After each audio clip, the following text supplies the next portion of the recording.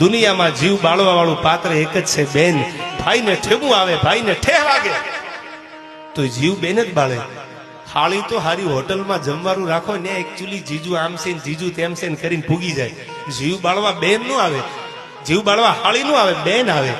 તમારી જમીનના ભાગ પડે ને પછી વર્ષો વ્યા જાય અને જમીનના ભાગ પડી જાય પછી એમાં સહી કરવી પડે બેન ને. હા હારે વહી ગયું બેન. અને પછી તમે ટેલિફોન કરો, સમાચાર મોકલો, બેન અમે બે ભાઈઓ ભાગ પાડ્યા છે જમીનના, આમાં સાઈન કરવાની છે. પછી વ્યવસ્થા હોય તો ગાડીમાં આવે, બસમાં બેહીને આવે બેન.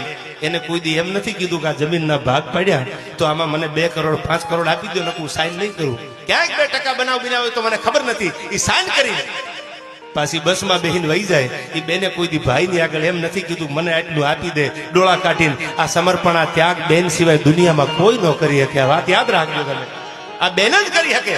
જેને બેન હોય એને પૂછી લેજો, આ સમર્પણ બેન કરી શકે. બે આહુડા પાડી લીધા છે.